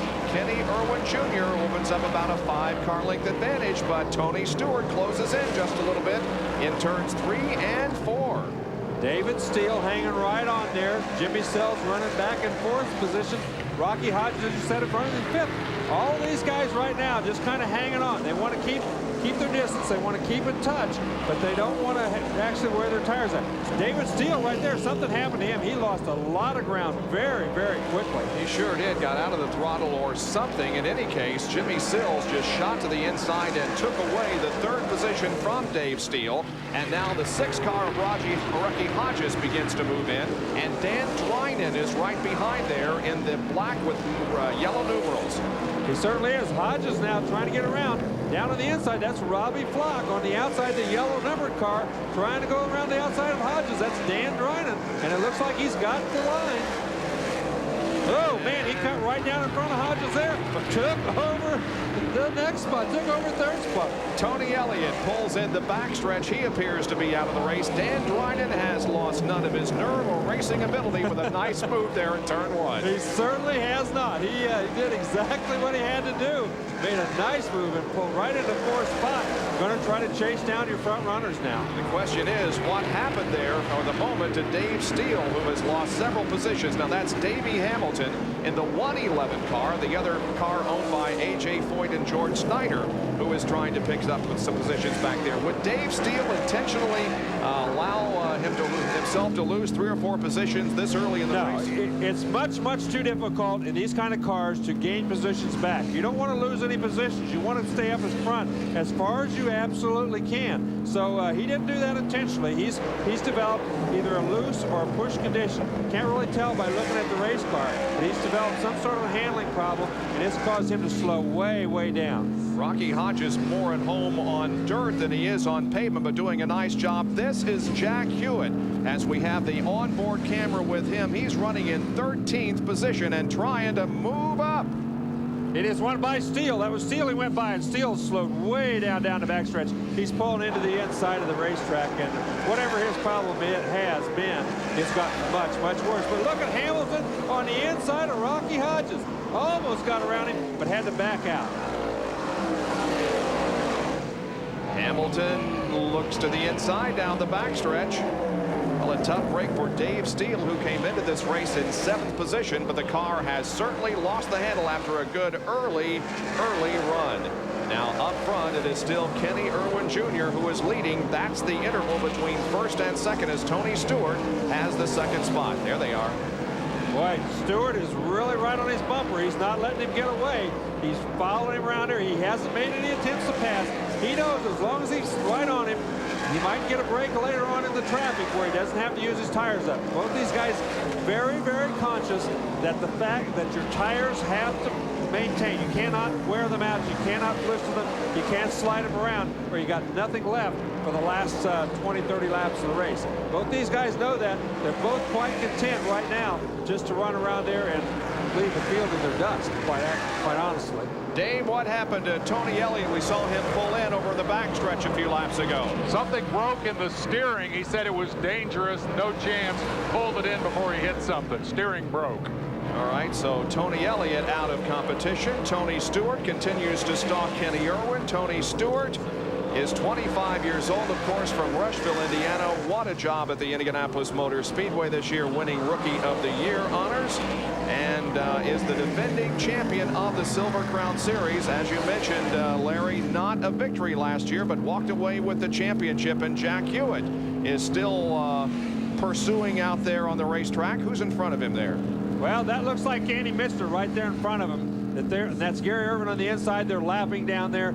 It's Mitzner that's directly in front of him, and then Rocky Hodges, I believe, is right in front of him. So Rocky Hodges has dropped back a few positions. Andy Mitzner drops to the bottom, trying to get around Rocky Hodges, and Hewitt just following both of these guys. He can't go either way right now. He's going to just follow. They go wheel to wheel into the corner, and Michener comes out with the advantage. And now Hewitt has to lock up the brakes to keep from hitting He had to get Hodges. on the brake. You can see that Rocky Hodges has developed a terrible push condition. The car will not turn. See right there, sliding right straight out. Yep. Wheels turned hard left. It just will not turn, and that's what's allowing everybody to go around him. Well, that was a perfect example of what they call a push. The car just wouldn't turn despite how hard he cranked it. It just shot up the banking, and Jack Hewitt was right there to turn left and pick up the position on Rocky. Yeah, it's a tough break for Rocky Hodges. He'd been running very, very good until that point, but he's right now fallen way, way back. Up front, it is still Irwin, pursued by Tony Stewart. Those two have opened up quite an advantage on the third place car of Jimmy Sills. In fact, it's almost a full straightaway advantage that these two have over third place. Yeah, they certainly have. And as I said, right now, Tony Stewart is more than happy to follow Kenny Irwin around the racetrack. He knows he doesn't have to pass him. This racetrack is only 20 laps old. He's still got 80 laps to go, and as long as he's that close, as long as he knows he can keep up and not get in any trouble, he'll wait for traffic or wait for some other sort of a problem as we see a couple of cars heading for the pits down there. Kenny Irwin Jr. on top of the point standings, but his best finish this year was second here at Raceway Park and also in Richmond, the race we televised there. We'll take a break and be back with more of the Dupont 100. Welcome back to Indianapolis Raceway Park and the Dupont 100. We're exactly a quarter of the way through. 25 laps completed out of 100. The leader is Kenny Irwin Jr., followed by Tony Stewart. And these three cars battling for position, but they are not on the lead lap. That is Gary Heber. And who else? Eddie Bowie, or Bill Bowie. Bill Bowie. Eddie's his father. Sorry about that, Ed, Bill. And Kenneth Nichols is the 51 car. He's the third car in there. So those three guys battling back. Here's the battle for. There's the leaders. Now they're moving through traffic, and I tell you what, they are doing some magnificent maneuvering, high, low, anywhere it takes. And now watch Tony Stewart. He may nope. Well, what's happening is Kenny Irwin remembers the last time when he followed these guys. We've seen it. We saw it when we were in break. He went through that lap traffic with no concern, man. He really went after him. But right now, he's going after him the same way because he knows Tony Stewart's right behind him. Something just fell off his car, Larry. I saw it fly off of it right at the end of the straightaway. Don't know what it was. I don't know whether it's going to make any difference, but something flew off, or he ran over or something because it went flying to the inside of the racetrack. Well, we'll watch it. Well, either way, if he ran over something, he has a chance that he cut a tire and it fell over his race car. Probably it's not going to be a good sign. So, but he has been going through the traffic. He really remembers the last time, taking it easy, being careful. Believe me, he's not doing that this time. He's going after him. And right now, he's really attacking the traffic right there as he's right behind Burke. That's Jackie Burke. He's right behind, trying to get around him. And the danger there is he's running so far sideways, he might abuse the tire. Yeah. He can't get too rambunctious, too overeager, and mess up that tire too early, even though Stewart's right there and he's willing to do it, baby. Now Stewart diamonds off the corner and tries to get to the inside of Kenny Irwin, and he goes into turn 1. Not enough momentum build up to take the lead, and now Irwin, yeah, he's going to do it. He's going to do it this time. I'll tell you what, he's not very happy with Jackie Burke right now because he thinks Jackie should have moved over, given him that position, not made him fight that hard. Took him about 3 laps to get around it. And I'll tell you, that was a lot of time for him to be using up that time. Let's go back and take a look at the battle for, there's Jimmy Sills. He's running in 3rd. There's 4th, 5th, and 6th right there. That's Robbie Flock in the back car trying to get underneath Danny Dryden. But look at Mike Bliss. He's going around him when he drops down. Bliss has done a terrific job running straight. And he knows how important it is to be running fast at the last. He hasn't done anything silly, but he wants to move up as fast as he can. So he's trying to drive a smart race, yet a fast race. We've seen him do that so many times here at Raceway Park and at other tracks also. Just save the car, save the tires until it's time, and then make your move. But the problem is that there is so much distance now between himself and the leaders. He's definitely going to have a caution to close in that distance. But he did it here in May, didn't he? Boy, he certainly did. And look at this. We're in traffic again. Irwin and Stewart battling the traffic. And look at this. He's caught. He's caught down there behind Chuck Gurney. And that was Toll's move. We gave Gurney a little tap. Having to run the bottom lane is not good. That's Pat Abel in the 65 car. They both just went around. But the good thing for Irwin is that Stewart is following. He's having to run the low group too. And because of all that, there's a little bit of racetrack now between 1st and 2nd as Irwin came through the traffic just a little bit better. But Tony Stewart, now with clear racetrack once again, begins to close in. They just put a lap on the 39 car of Ryan Newman. These guys are setting a blistering pace. These 2 cars are absolutely flying around the racetrack. And they're, you know, when they're setting a pace like this, they're lapping a lot of very, very good race cars. They just went around Chuck Gurney, Newman, Beachler, and so forth. So pretty amazing that they've lapped those guys already. Jack Hewitt is still battling with Andy Mischer. They've been together ever since the green flag dropped. And he's been trying to get around him. Mischer just keeps hanging on. We've seen win on the pavement before. This guy is not the smoothest guy in the world on pavement. He's the first to admit it. But I'll tell you what, he is usually pretty doggone fast. Right now, though, he's having trouble figuring out a place to get around. And Mike Bliss has moved into 4th position, and you can see he's closing in on 3rd place, the 75 car of Jimmy Sills. Yes, he certainly is. That's it. Ooh, he's way on the bottom of the racetrack. Clear down. The yellow flag is out. And the yellow is out. We have a car, looks like Dan Dryden is slow here on the main straightaway, and the report is he bumped the wall. Yeah, he's got a little white sidewall there. You can see it. He's shaking the car back and forth to see if it's okay. Dryden was slowing up. I think the handling was going away just a little bit on that car. And believe me, when Dryden is just now coming back off of that injury. So when the race car is not working, it's doubly tough for him to hang on and drive the race car. Not that he can't do it, but it's just a lot harder for him when you've been injured than it would be a normal person. Yeah, Dan told us that he's been doing a lot of physical work on his upper body, but because of the broken bones in his hip and leg, he's been able to do any leg exercises, and so the legs are kind of weak, but not weak enough to keep him out of the car here tonight. And Dan Dryden has made a great showing in his return, and it may not be over yet. They're going to look at the suspension and the tires and maybe send him back out there. As you said, he's done a terrific job. He's come back quicker than anybody thought he would, and you certainly have to give him a lot of credit. He was certainly fast enough. He certainly had all the moves down right. You know, the stamina may not be quite what it could be. We don't know that, but it could be just the handling. But obviously he's hit a little too hard, and he's had too much of a problem to get the car back on the racetrack. Yep, he's unstrapping and climbing out. And so Dan Dryden's return to racing has ended here at Indianapolis Raceway Park, but the race is far from over. We've got 60 more laps of competition in the Dupont 100, and we'll take a break and be right back with more. We have run a half a lap under green, back to competition after our first yellow of the evening, after a red flag interrupted the early going. Back to competition. Kenny Irwin, there he is, leading Tony Stewart off of the 4th corner. Jimmy Sills is running in 3rd spot, and Mike Bliss is 4th. The most recent caution happened when Dan Drynan hit the wall and put himself out of the race. Yeah, it certainly did. 11 cars still on the lead lap. We are at 44 laps right now, so only 11 cars left on the lead lap. That tells you how quick a pace these 2 front guys are setting. They still are just kind of running away from everybody else. Even though Jimmy Sills is running pretty quick and getting through traffic along with Bliss, they are still a half a lap or half a straightaway behind already.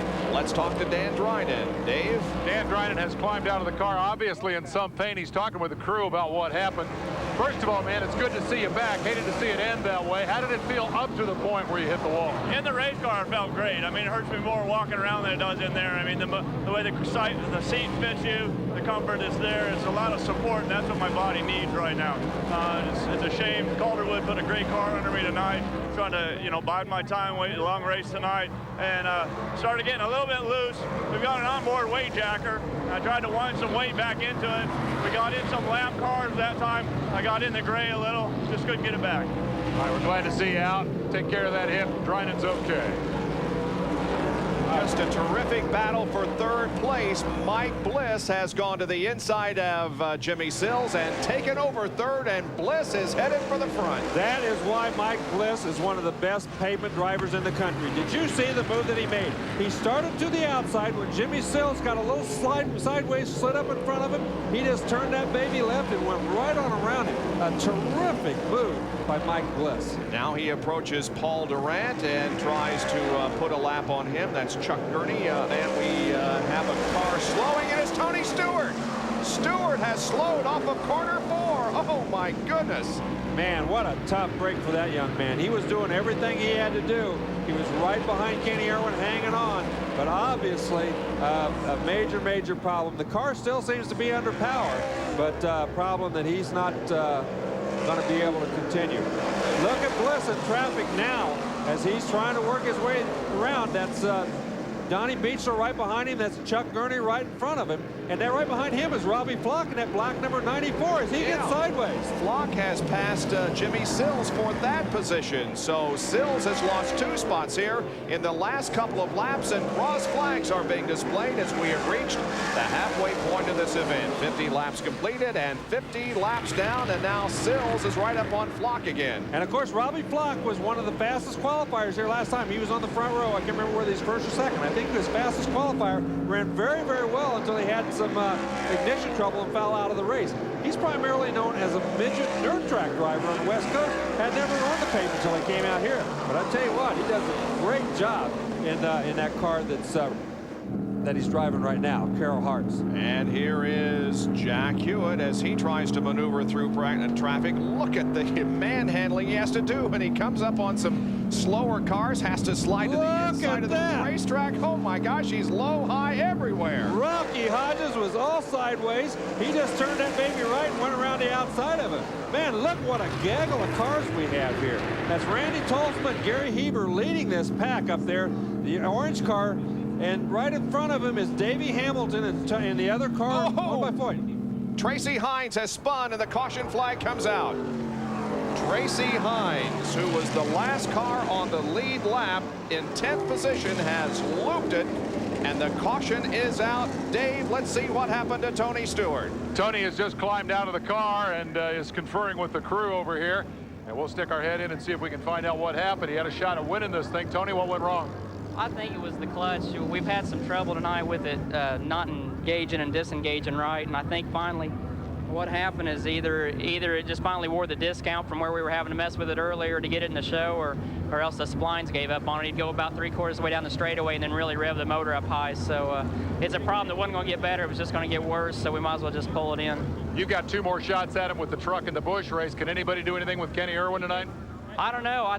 We did. I mean, we had a bunch for him at the end. We were just trying to save the car for the end and save the tire, and I think he was saving a little bit too, but I saw him abusing his right rear a little bit, and I kept laughing every time he'd do it because I figured that's like taking a minute off his time. So I think we had a race car that could have won the race tonight, but he's running strong. I mean, if he runs the way he's running right now and the gap that we had between us and 3rd place, I think he's got it in hand right now. That's the opinion of Tony Stewart. Mike Bliss might say otherwise. We'll find out when we get back to green. We're under yellow at Indianapolis Raceway Park. Tony Stewart is out of the event. And we'll show you the reason that we are under this caution. There is Tracy Hines, and this is what happened to him and the reason for the yellow. There you can see in the bottom of the screen, he was just down on the bottom of the racetrack. Looked like he got in there a little sideways. Just did a little half spin and stopped there at the little pit road exit down there between 1 and 2. And now it is Kenny Irwin Jr. and Mike Bliss, who is running in second position. 56 of the 100 laps have been completed at IRP. Not many guys more important than a restart. This is one of the few. Jeff Gordon, just like old times here at Indianapolis Raceway Park. Welcome back. Oh, this is great. I tell you, it brings back a lot of old memories, and I wish I could get out there. They look like they're having a lot of fun. Anybody going to beat Irwin tonight, you think? Well, it looked like Bliss was coming on there, so, you know, I'm sure he's going to give him a run for his money like he did last time, but I hope nobody does. I want to see those E guys win this championship. They're going to get mad if we don't get back to this race real quick. Who's going to win the Brickyard 400? I can't say. I hope we do, but we'll see. It's going to be tough. All right, good to see you again. Jeff Gordon, let's get back to the racing. It is so cool to see a guy who has achieved so much in his career come back to his roots. Jeff Gordon is here watching tonight, and I understand he watches us every time we're on the air. And, of course, he talked about the Eads guys. She's talking about the Eads guys that own that car, the 14 car, and that's the car that he drove when he ran the Silver Crown division. So he's wanting his former car owners to win with Kenny Irwin here tonight. He's still cheering for him, still keeps in touch with him, so it's good to see that he's still involved in all this kind of stuff. Donnie Beechler is positioned between first place Kenny Irwin Jr. and second place Mike Bliss. Separating those two, there's Beechler in the red and blue number 67, and Mike Bliss is having a heck of a time getting by him, but is he really interested in doing so and wearing out the tires at this point? Well, of course, Beechler's a lap down, and he wants, if he can get back around Kenny Irwin, he can gain that lap back, and on another yellow can get back to the back of the lead lap. That's what he's trying to do. And of course, like you said, oh, it doesn't look like Bliss is going to wait too much longer now. He just drove that baby down in there and slid up front of him. So thank you, ma'am. So we have set up now just exactly what we experienced in May when we were here, and that is a shootout possibly between Kenny Irwin Jr. and Mike Bliss as they are running first and second at the moment. Back in third position is Robbie Flock. Fourth position is Jimmy Sills. How about Jack Hewitt? Well, he doesn't have Andy Mishner around anymore, but he's battling for position. That is Davey Hamilton to his left. And he is in sixth position, and he's battling with Davey Hamilton. As we said before, Hewitt's not always the smoothest guy on pavement, but he always seems to be awful doggone fast. Ooh, look how close he is to Randy Tolsma. As he gets around him on the bottom, he's not around him. He's right the side of him. They battle wheel to wheel down the backstretch. Now he gets around. Now he's around him. But he's in sixth spot, and he keeps moving up. He started way in the back of this race. He started back in 14th spot, worked his way up to sixth, and doing a very, very nice job as he's worked his way up through there. That's a Ford-powered car, by the way, one of the few here. And, of course, Jimmy Sills driving a Mopar-powered car. Yeah, most of the power plants are Chevy. We have a few Gerties and some Ford, another Ford engine in the field. So, a variety of power plants here. Right, a variety of power plants. Earl Gertie, of course, is one of the premier engine builders of the Chevrolets. They're all Chevrolets, but he's just one of the builders that happens to build that kind of an engine, and one of the best in the business. But right now, look at the battle back here. That's Dave Darland. Yeah. He also is on the lead lap, and he's just moving up, too, trying to get back in the thick of things. Dave Darland, another guy that you associate mostly on the dirt, but he's done an excellent job in the pavement races that he's participated in. Right, Eric Gordon in that yellow car, he's moved up also. So all of these guys still battling on that lead lap, trying to move up. I think Pat Abel is a lap down. Dave Darland is still in front of him, and he's right about in the 8th or 9th position right now. Pat Abel is a super modified driver from Oswego. Somewhat similar type of race car, but then again, a lot different also. He's in 7th position. You can see the bodywork flapping up and down on Dave Darland's car over there. I believe that's just the bodywork that's moving up and down. I don't think it's anything that's real important. 68 laps have been complete here. The laps are one. Yeah, you can see that bodywork flapping there on the front end of that car. Oh, there's a good shot of it. There's a great shot of it. Hey, there's a great shot of it. 69 laps have been completed here. The laps are one. Yeah, you can see that bodywork flapping there on the front end of that car. Oh, there's a good shot. Hey, there's a great shot of it. Hey, there's a great shot of it. Yeah, it's right on Dave Darland's, the front of Dave Darland's car. We got a camera mounted right up on the right front wheel, and you can tell very definitely that some of the body parts, the Zeus buttons that have hold it down have come loose, and that baby is waving in the wind. Well, this car is prepared by Galen Fox, who's been around racing about as long as anybody can remember around here and had some great success. Well, he certainly has. He's had a lot of success in this business. He's had a lot of great drivers, but you know, right now it looks like Kenny Irwin is pulling away. And look at Sills. He's now moved back up. He's in 3rd position as we go on back. Robbie Flock's in 4th position. There goes Jack Hewitt. So, you know, a lot of guys still on this lead lap have just moved through that thing. Man. What happened last lap was that Robbie Flock hit the wall up in turn number 4 just slightly, but hit it enough to lose the position to Jimmy Sills. There's the leader, Kenny Irwin Jr. He is pulling away from Mike Bliss. Mike just cannot keep the pace up at this point in the race with 29 laps to go. As a matter of fact, Bliss is going to have his hands full with Jimmy Sills in the next few laps. And Kenny Irwin Jr. in the wins car. Comfortable lead at the moment. This is the Dave Darland onboard camera, and well, we finally found Andy Michener again. There he is behind Dave. He knows where the camera cars are. He's either going to run in front of them or back up, right? That's right. That's exactly what he's doing. But Dave Darland right there, those guys are on the lead on the same lap, and they are battling for position. I think that's 7th and 8th position right there. Darland and Michener still on the lead lap. But I'll tell you what, either Mike Bliss is slowing down or Jimmy Sills is really speeding up, because he has caught him in a hurry, and now looks like he's challenging him for that 2nd position. Almost a full straightaway advantage for Kenny Irwin, and like I said, Bliss now has to worry about Jimmy Sills, who has picked up the pace considerably since he got around Robbie Flock, and there you can see Robbie running behind Jimmy, but Sills is in 3rd place and looking for 2nd. Sills, of course, was the winner of the race that we televised from Richmond International Raceway earlier this year. Yes, and he's, you know, it's very unusual to have a Chrysler-powered, a Mopar-powered car in sprint car, midget racing, or any kind of open-wheel racing. In the last couple of years, though, they've gotten hooked up with Gary Stanton.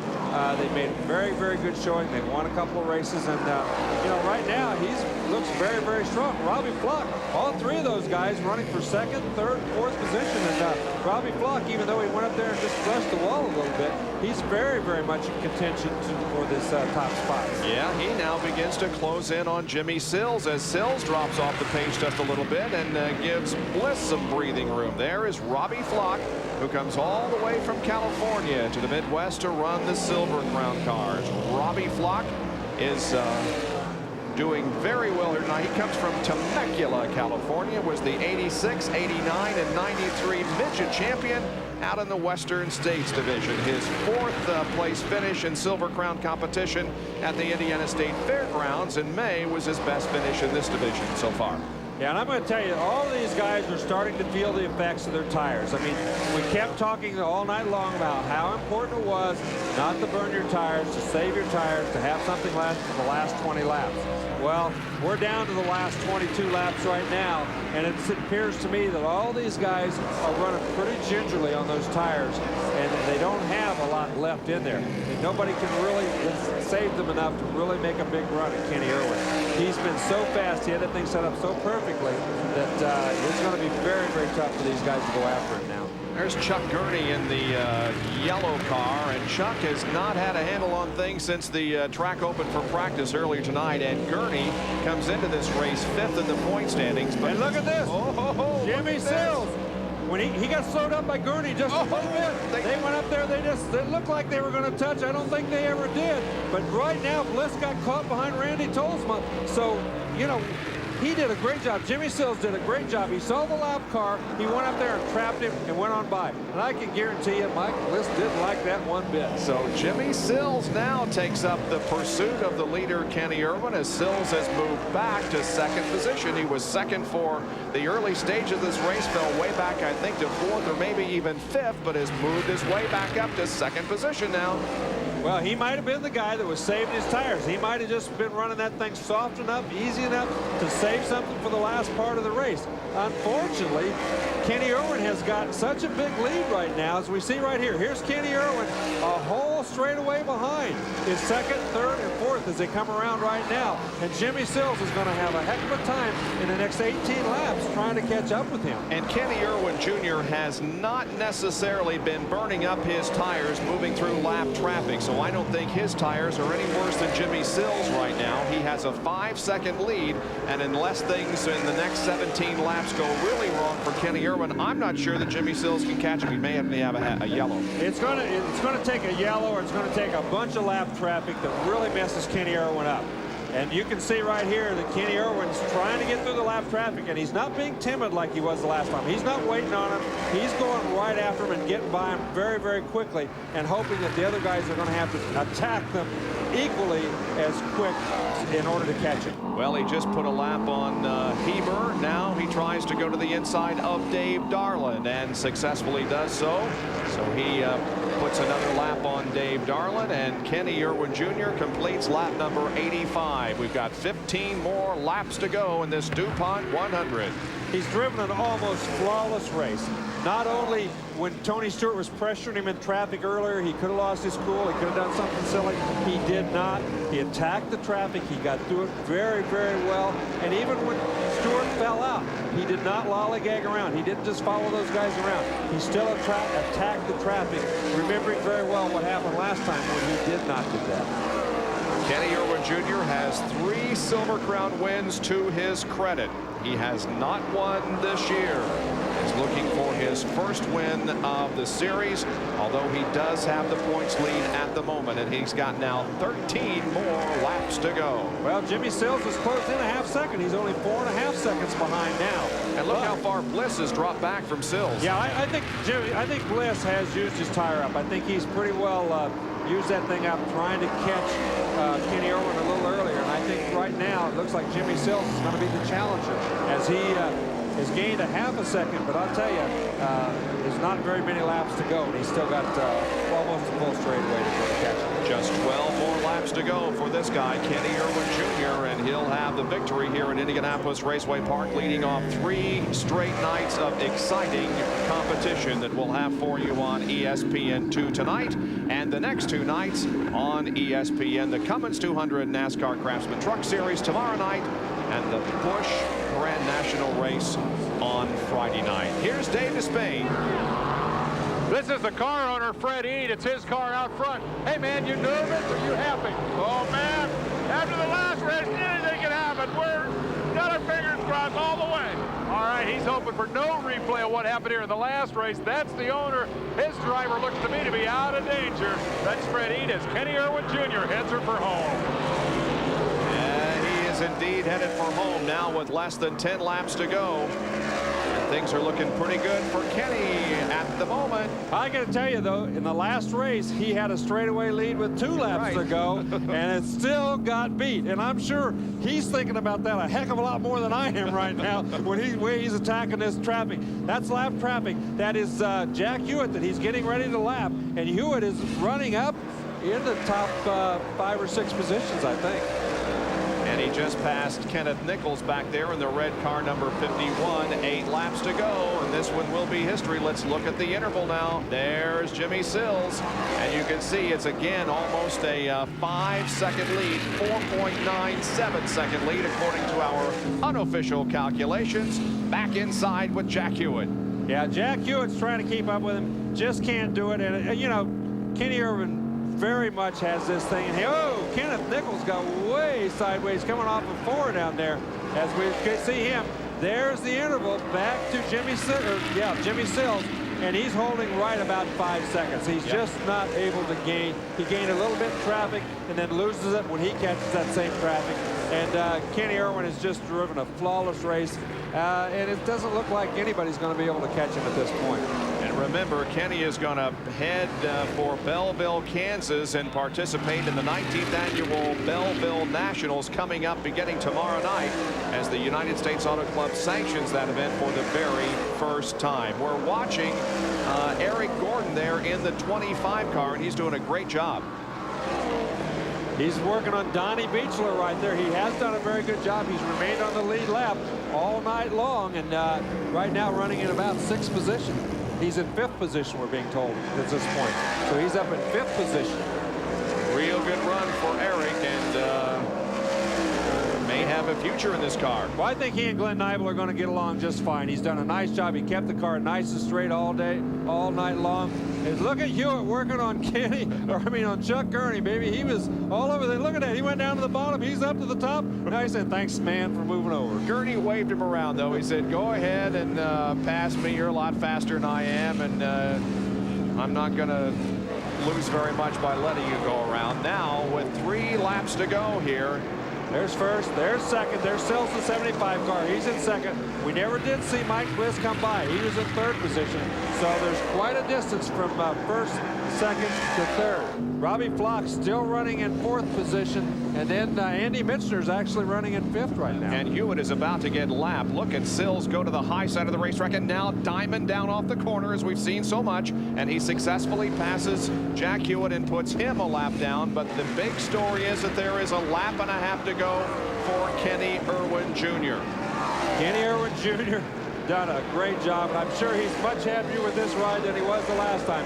He's not going to make the mistakes, although look at all the lap traffic that he's got in front of him. Whoa, what does he do now? He doesn't want to make a mistake. Oh, that's why I say that. It gets all sideways. My goodness, trying to get around Paul Durant. The car completely sideways in the second corner is not going to hurt his chances of winning, though. He's still going to pull off the victory, but man, oh man, what a chance he took there on the last lap. Here he comes off the corner. Kenny Irwin Jr. wins the Dupont 100. Jimmy Sills comes around and finishes in second position. Yeah, nice job by him. And look at how happy his guys are. I don't blame him. That kid did one heck of a job in that wins M&L Plumbing car. That's a great, great victory for him after what happened to him here the last time. And look, Ma, no hands down the backstretch. We'll come back and talk with him in just a minute. Mike Bliss finishes third. Kenny Irwin Jr., your winner here in the first of 3 consecutive nights of racing at Indianapolis Raceway Park.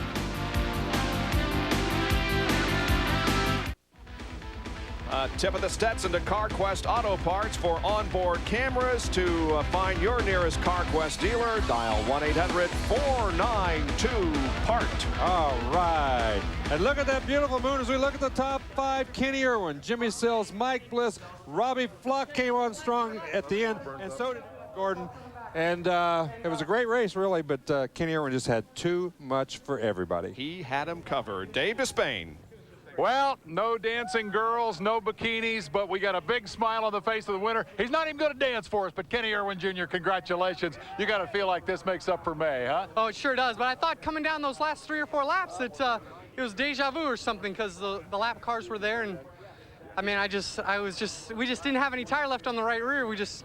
I don't know. It's great. It's great to come back and get it in the winner's circle tonight. Real quick, you got a pretty sideways over there, too, on the last lap. It was. Like I said, we just didn't have any tire left. I got to thank Wins, everybody. Freddie is back in California. This is for you, bud. It's great. Congratulations, man. A terrific job. We got to get out of here. We got a whole lot more racing coming up. But there it is. Kenny Irwin Jr. has won it. Freddie Jr. standing by for the celebration. We've got qualifying tomorrow from the Brickyard, 2 o'clock Eastern time, kicking off the whole weekend for Bob Jenkins and Larry Rice. I'm Dave Despain. Congratulations, Kenny Irwin Jr.